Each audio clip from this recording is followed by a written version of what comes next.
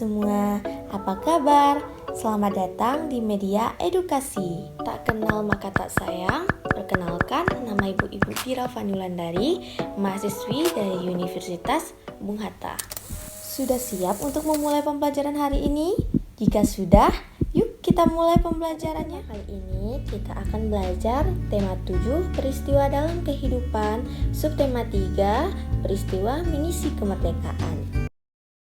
Kompetensi dasar menelaah keberagaman sosial budaya masyarakat. Indikator pembelajaran menerima keberagaman sosial budaya masyarakat sebagai anugerah Tuhan Yang Maha Esa. Menerapkan sikap toleran dalam keberagaman sosial masyarakat. Mengidentifikasi keberagaman sosial budaya masyarakat. Yang terakhir, menyebutkan kegiatan yang mendukung keberagaman sosial budaya masyarakat. Tujuan pembelajarannya, yang pertama, mengetahui peristiwa lahirnya Pancasila dengan penuh tanggung jawab. 2. Dapat mengidentifikasi makna Pancasila dalam keragaman budaya bangsa dengan penuh kepedulian. Nah, yang terakhir, dapat mengenal nilai-nilai luhur Pancasila yang berkembang di masyarakat dengan penuh kepedulian. Berikut ada langkah-langkah pendekatan kontekstual.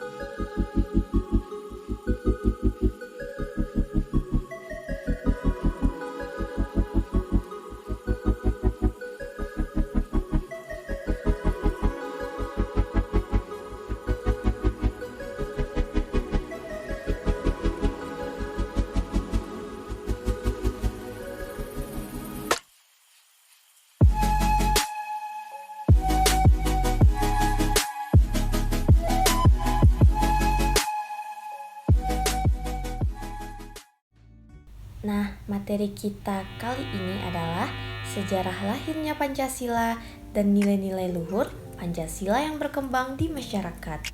Tahukah kamu bagaimana sih sejarah lahirnya Pancasila? Pancasila berasal dari bahasa Sanskerta, yaitu panca dan sila. Panca artinya 5 dan sila artinya dasar. Jadi, Pancasila berarti 5 dasar atau 5 asas. Dalam kitab Sutasoma, karangan Empu Tantular, Pancasila berarti berbatu sendi yang 5 atau pelaksanaan kesusilaan yang 5. Lahirnya Pancasila sebagai dasar negara terjadi pada sidang PPUPKI.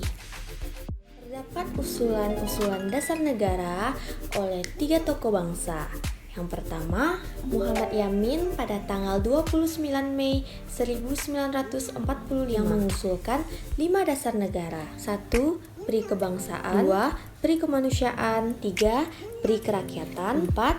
Peri ketuhanan. 5. Kesejahteraan rakyat. Kedua, Profesor Dr. Mr. Supomo pada tanggal 31 Mei 1945 yang mana dalam pidato singkatnya mengusulkan 5 asas. 1. Persatuan.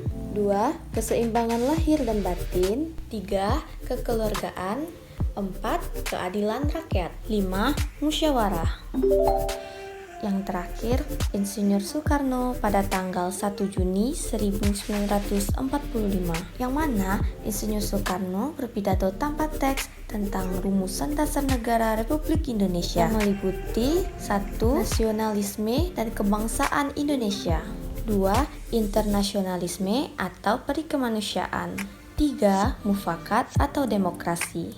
4. Kesejahteraan sosial. 5. Ketuhanan Yang Maha Esa.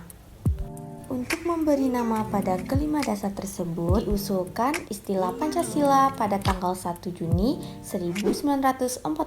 Pada tanggal 18 Agustus, disahkan Undang-Undang 1945 pada sidang PPKI yang pertama, masuk Pembukaan Undang-Undang 1945. Dalam pembukaan Undang-Undang 1945 termuat isi rumusan prinsip dasar negara yang disebut Pancasila. Tepatnya pada alinea keempat yang berbunyi 1. Ketuhanan yang Maha Esa. 2. Kemanusiaan adil dan beradab. 3. Persatuan Indonesia. 4. Kerakyatan yang dipimpin oleh hikmat kebijaksanaan dalam permusyawaratan perwakilan. 5. Keadilan sosial bagi seluruh rakyat Indonesia. Pancasila sebagai dasar negara memiliki peran penting dalam keberagaman bangsa. Peran yang pertama adalah Pancasila sebagai dasar negara merupakan kepribadian dan pandangan hidup bangsa Indonesia. 2. Memiliki dasar yang kuat sehingga akan dapat menentukan sikap dan perilaku dalam menghadapi perubahan-perubahan. Pancasila merupakan ukuran dan pedoman, nilai dan norma untuk menerima atau menolak pengaruh globalisasi dan perkembangan iptek.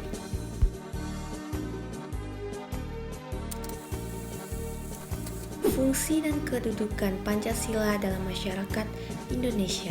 1. Pancasila sebagai dasar negara. 2. Pancasila sebagai pandangan hidup dan ideologi bangsa. Yang ketiga, Pancasila sebagai kepribadian bangsa. Nah, selanjutnya ada budaya khas Indonesia. Seperti gambar yang tertera, yaitu gambar tentang hidup gotong royong. Gambar berikut merupakan salah satu kegiatan gotong royong yang dilakukan oleh masyarakat. Dan yang kedua, ada contoh gambar masyarakat yang sedang mengadakan musyawarah. Nah, yang ketiga yaitu gambar tentang toleransi, sikap saling menghargai antar perbedaan.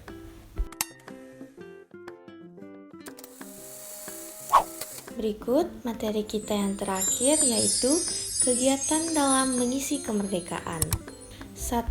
Mengamalkan nilai-nilai Pancasila dalam kehidupan sehari-hari. 2. Peserta didik harus gigih dalam belajar. 3.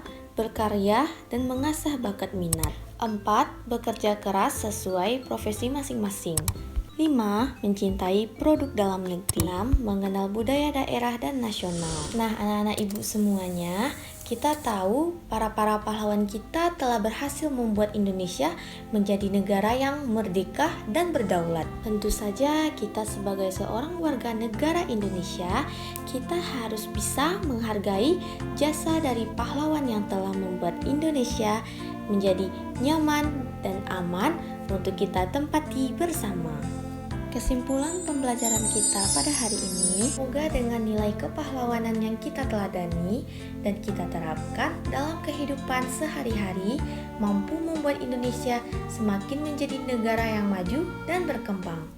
Nah, anak-anak ibu semuanya, dari video pembelajaran yang sudah kita simak bersama, mari kerjakan latihan berikut. Anak-anak ibu sekalian, latihannya dikerjakan dalam kertas 1 lembar, lalu dituliskan identitas seperti nama dan kelas.